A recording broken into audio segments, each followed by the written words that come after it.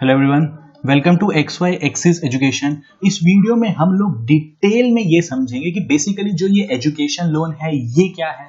इसके अलावा हम ये भी समझेंगे कि कैसे हम बहुत ही आसानी से अपने घर के नियर बाय किसी भी बैंक की ब्रांच में जाके एजुकेशन लोन को इजीली अवेल कर सकते हैं। इन सब के अलावा हम ये भी देखेंगे कि बेसिकली हमें कितना रेट ऑफ इंटरेस्ट पे करना पड़ता है एजुकेशन लोन के लिए। बेसिकली हम ये भी देखेंगे कि हमें इजीली किन कोर्सेज के लिए एजुकेशन लोन मिल जाता है। इसके अलावा रेट ऑफ इंटरेस्ट कितना रहता है, कितने टाइम के अंदर हमें जो है ये लोन रीपे करना पड़ता है। उसके अलावा हम ये भी देखेंगे कि इन केस अगर एजुकेशन लोन हम नहीं रीपे कर पाए बैंक को, उस केस में बैंक क्या करेगा। हर चीज को हम डिटेल में एनालाइज करेंगे। इन सब के अलावा भी बैंकिंग एंड अवेयरनेस की ऑलमोस्ट हर वीडियो हम अपने चैनल पे कवर कर चुके हैं। अगर आप भी चाहते हैं कि एक्स वाई एक्स एजुकेशन की हर नोटिफिकेशन आपको मिलती रहे तो इस चैनल को सब्सक्राइब करना मत भूलिएगा। वीडियो स्टार्ट करने से पहले मैं चाहता हूं कि मैं आपको एक बेसिक फैक्ट इजीली यहां पे दे दूं। बेसिक फैक्ट ये है कि अगर हम साल 2019 की बात करें तो इंडिया के अंदर 2.5 लाख स्टूडेंट्स ने एजुकेशन लोन अवेल किया है और जो इसकी नेट अमाउंट है वो है 22,500 करोड़ रुपए in the form of education loan Indian banks ने स्टूडेंट्स को दिए हैं।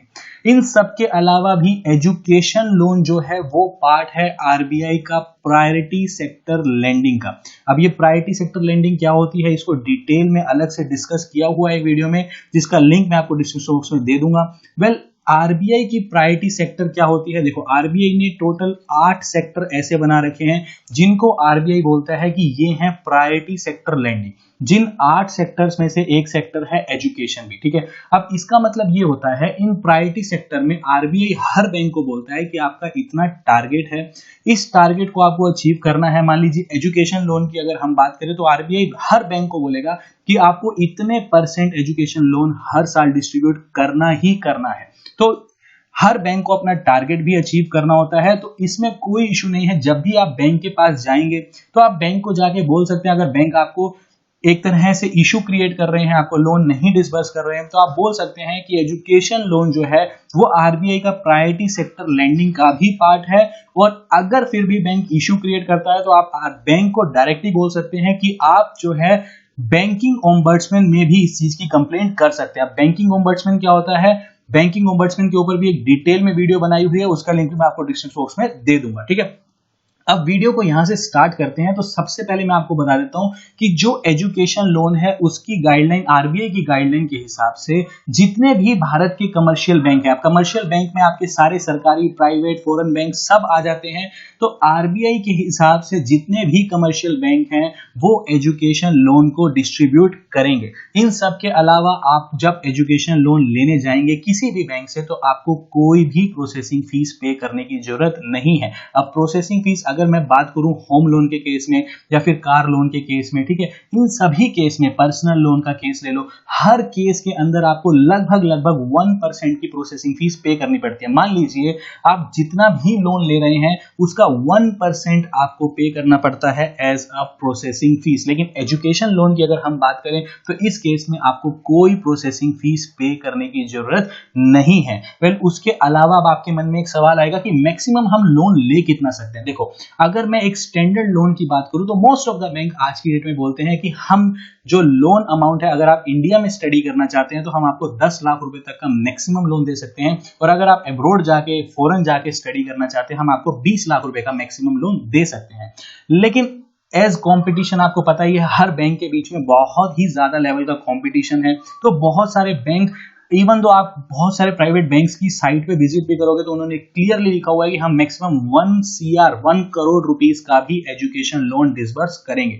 अब ये सब कुछ क्यों हो रहा है, क्योंकि कंपटीशन बहुत है हर बैंक के बीच में, तो अलग अलग तरह से हर बैंक चाहता है कि मेरे पास कस्टमर अट्रैक्ट हो। अगर हम बेसिक ज्यादातर बैंक्स की बात करें तो 10 लाख रुपए मैक्सिमम डिसबर्स करते हैं। इंडिया में जो पढ़ना चाहता है स्टूडेंट वो 20 लाख रुपए मैक्सिमम डिसबर्स करता है अगर कोई स्टूडेंट अब्रॉड जाके पढ़ना चाहता है। उन सब के अलावा देखो अगर मान लीजिए आप लोन लेते हैं 4 लाख रुपए तक का, तब आपको कोई मार्जिन मनी पे करने की जरूरत नहीं है। मार्जिन मनी क्या होती है, मान लीजिए आपने लोन लिया, अब पहले एक बार ये समझ लेते हैं, लेकिन अगर 4 लाख से ऊपर आपने लोन लिया तो उस केस में आपको 5% मार्जिन मनी पे करनी पड़ेगी। मान लीजिए आपने 5 लाख रुपए का लोन लिया, ठीक है, तो बैंक क्या बोलता है, आप 5% मार्जिन मनी पे करो। मान लीजिए आपका किसी भी एबीसी कॉलेज में एडमिशन होता है, ठीक है, उसकी फीस है 5 लाख रुपीज, आप चाहते हो कि 5 लाख का आपको एजुकेशन लोन मिले। अब जो ये अमाउंट है ये 4 लाख से ज्यादा है, तो बैंक आपको क्या बोलेगा, आप 5% फीस आप भर दीजिए, यानी 5 लाख में बैंक बोलेगा कि 25,000 रुपए आप भर दीजिए और 4,75,000 रुपए हम भर देंगे, ठीक है। तो ये होती है मार्जिन मनी। लेकिन अगर आप 4 लाख रुपए तक का लोन लेते हैं तो उस केस में आपको कोई भी मार्जिन मनी पे करने की जरूरत नहीं है। उसके अलावा सिक्योरिटी की अगर हम बात करें, देखो अगर मान लीजिए आप कोई भी, देखो जो एजुकेशन लोन है वो अनसिक्योर्ड लोन है, ठीक है, वेयरएज अगर मैं बात करूं होम लोन की, कार लोन की, ये सब होते हैं सिक्योर्ड लोन। देखो अनसिक्योर्ड और सिक्योर्ड क्या होता है, अनसिक्योर्ड ये होता है, मान लीजिए आगे जाकर के आपकी एजुकेशन कंप्लीट होगी, आपने लोन ले लिया, आप बैंक को रीपे नहीं कर रहे हो पैसा बैंक का, तो बैंक के पास कुछ आपका एसेट तो है नहीं, आपने कोई चीज गिरवी तो रखी नहीं है, तो इसीलिए ये लोन बैंक के लिए क्या है, अनसिक्योर्ड लोन है। लेकिन अगर मैं बात करूं होम लोन, कार लोन, इस केस में क्या होता है, जब तक आप पूरा पैसा नहीं बैंक को दे देते, ये दोनों चीजें आपकी क्या रहती हैं, बैंक के पास गिरवी रहती हैं। मान लीजिए आपने कार लोन ले लिया, गाड़ी ले ली, तो गाड़ी जो है वो हाइपोथिकेशन चार्ज लगा रहता है गाड़ी के ऊपर, अगर आप कल को पैसा नहीं भरते बैंक का, तो क्या बैंक करता है, गाड़ी उठा के ले जाता है। लेकिन एजुकेशन लोन में तो आपने कुछ भी नहीं रखा बैंक के पास गिरवी, तो इसीलिए हम इसको क्या बोलते हैं, अनसिक्योर्ड लोन। लेकिन अब बैंक क्या बोलता है, बैंक बोलता है कि आप अगर 4 लाख रुपए तक का लोन ले रहे हैं तो ठीक है, ये अनसिक्योर्ड लोन ही रहेगा, आपको कोई चीज हमारे पास गिरवी रखने की जरूरत नहीं है। जब आपकी एजुकेशन कंप्लीट हो जाएगी, आपकी जॉब लग जाएगी, तब आप हमें अपना पैसा ईएमआई की फॉर्म में पे करते रहना।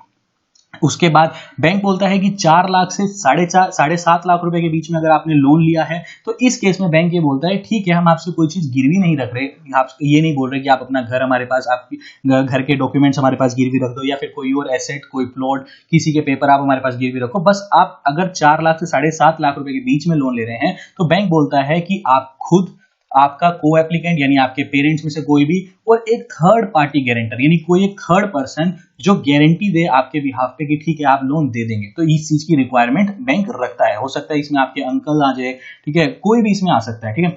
उसके बाद बैंक ये बोलता है कि अगर आप 7.5 लाख रुपए से ऊपर का लोन अगर आप लेते हो, तो इस केस में आपको 100% जो है वो एज अ कोलेट्रल बैंक के पास रखनी पड़ेगी। लेकिन जैसे मान लीजिए इस केस में बैंक क्या बोलेगा, आप अपने होम जो है आपका घर है उसके कागज आप बैंक के पास रख दीजिए, जब आप अपना लोन पूरा भर देंगे उस केस में बैंक आपको एनओसी इशू कर देगा, ठीक है।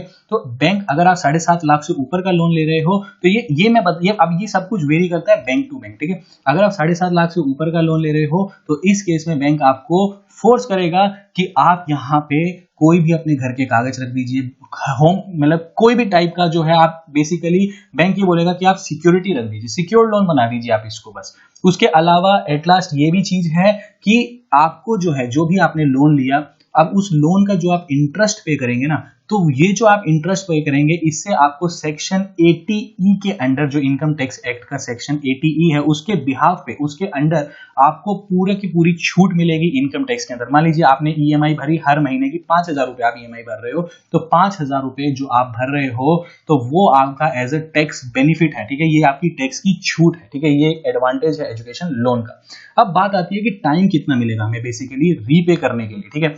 तो यहाँ पे हर बैंक बेसिकली क्या बोलता है, आपको टाइम मिलेगा 10 से 15 साल का मोराटोरियम पीरियड के बाद। अब ये मोराटोरियम पीरियड क्या है, बहुत फेमस हुआ ये वर्ड जब ये लॉकडाउन का टाइम आया कोरोना वायरस का। देखो अब यहाँ पे बैंक ये बोलता है कि ठीक है, पहले मैं आपको मोराटोरियम पीरियड समझा देता हूँ। मान लीजिए आपने कोई ग्रेजुएशन करी, ग्रेजुएशन की जो ग्रेजुएशन का टेन्योर था, वो मान लीजिए आपकी डिग्री 4 साल की थी, ठीक है, 4 इयर्स की डिग्री थी। उसके बाद भी बैंक आपको बोलता है ठीक है, अब आप ये क्या बोलते हैं कि बैंक अब इस 4 साल तो आप पढ़ोगे, इसके दौरान मान लीजिए आपने ग्रेजुएशन में एंट्री ली, आपकी फीस थी 4 लाख रुपए, ठीक है।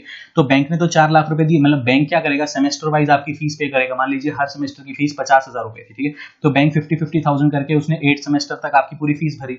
अब 4 साल तक तो आपने कोई पैसा बैंक को नहीं दे सकते, क्योंकि अभी आप पढ़ ही रहे हो, तो इसकी 4 साल तक बैंक आपसे पैसा मांगेगा भी नहीं। उसके बाद भी बैंक ये बोलता है कि आप 1 साल तक का और टाइम ले लीजिए, ठीक है, तो यानी 5 साल तक तो आपने कोई पैसा नहीं भरा, तो इसको हम बोलते हैं हॉलीडे पीरियड, और इसको हम बोलते हैं मोराटोरियम पीरियड। यानी इस दौरान बैंक आपके ऊपर इवन दो कंपाउंड इंटरेस्ट भी नहीं लगाएगा, बैंक आपके ऊपर सिंपल साधारण ब्याज लगाएगा, यानी सिंपल इंटरेस्ट लगाएगा। ठीक है, तो यानी 5 साल तक आप बैंक को कुछ पैसा रीपे नहीं कर रहे हो, 5 साल के बाद भी बैंक आपको बोलता है कि मैं 10 ईयर्स का या फिर 15 ईयर्स का टाइम आपको और दूंगा इस पूरे के पूरे लोन को भरने के लिए। अब वो समझते हैं कैसे। देखो, बैंक बोलता है अगर आपने 7.5 लाख रुपए तक का लोन लिया है तो बैंक बोलता है मोराटोरियम पीरियड, यानी जो आपको बैंक ने छूट दी है आपकी एजुकेशन प्लस 1 साल एक्स्ट्रा, उसके अलावा 10 साल का और टाइम देता है, यानी कुल मिला के आपके पास लगभग 15 साल का टाइम हो जाता है।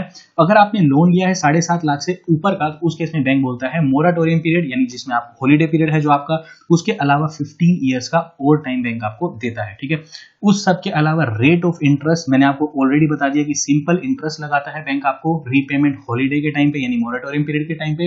इन सब के अलावा अगर आप एक गर्ल स्टूडेंट हैं तो उस केस में बैंक आपको छूट देता है 0.5% की रेट ऑफ इंटरेस्ट के अंदर। ठीक है, अब रेट ऑफ इंटरेस्ट में इस वीडियो में इसलिए नहीं बता रहा क्योंकि ये वेरी करता है टाइम टू टाइम। ठीक है, तो अब कोई भी व्यक्ति किस टाइम इसको देख रहा होगा तो उस टाइम रेट ऑफ इंटरेस्ट आप बैंक में जाके आराम से पता कर सकते हैं। ठीक है, इसके अलावा सेक्शन 80E को हम ऑलरेडी डिस्कस कर चुके हैं कि सेक्शन 80E जो है आपको छूट देता है कि जो भी आपकी इंटरेस्ट आप पे करेंगे एजुकेशन लोन के ऊपर, उसमें आपको सेक्शन 80E छूट देता है इनकम टैक्स की, यानी वो आपको टैक्स रिबेट मिलेगी वहां पे। लेकिन इसके अंदर एक चीज ये है कि इस रिबेट को आप मैक्सिमम 8 ईयर्स तक रह सकते हैं। ठीक है, यानी मान लीजिए आपने लोन सोचा कि मैं 15 साल में पूरा का पूरा भरूंगा। ठीक है, तो बैंक क्या बोलता है कि आप सिर्फ 8 साल तक ही रिबेट ले सकते हो, 8 साल के बाद वाली जितनी भी आपकी ईएमआई होंगी उसमें आपको कोई टैक्स की रिबेट नहीं मिलेगी। ठीक है, उसके बाद डिसबर्समेंट का प्रोसेस क्या है। देखो, डिसबर्समेंट में बैंक क्या बोलता है, हम कस्टमर के अकाउंट में पैसा नहीं डालेंगे, डायरेक्टली जो भी इंस्टीट्यूट में आप जा रहे हो, स्कूल में जा रहे हो, ठीक है, बेसिकली स्कूल की फीस के लिए भी आज की डेट में बैंक लोन आपको देता है। ऐसा नहीं है कि सिर्फ ग्रेजुएशंस के लिए। ठीक है, आप स्कूल में जा रहे हो, किसी भी इंस्टीट्यूशन में जा रहे हो या फिर हॉस्टल में जा रहे हो, जहां की भी आपको फीस पे करनी है डायरेक्ट इंस्टीट्यूट के अकाउंट में बैंक पे करेगा, आपको आपके अकाउंट में पैसा नहीं देगा। और फीस ऐसा नहीं है, मान लीजिए आपकी 4 लाख रुपए फीस है पूरी ग्रेजुएशन की। ठीक है, तो ऐसा नहीं है 4 लाख इकट्ठे दे दिए। पहले सेमेस्टर की फीस कितनी है, मान लीजिए 50,000 है, तो पहली बार 50,000 ही डिसबर्स करेगा बैंक। ठीक है, तो ईयर वाइज सेमेस्टर वाइज ऐसे ही डिसबर्समेंट होगी। मान लीजिए आपको बुक लेनी है या फिर ऑलरेडी वहां पे सब कुछ अलग है, बुक्स के जो पैसे हैं तो डायरेक्टली उन्हीं के अकाउंट में जाएगा।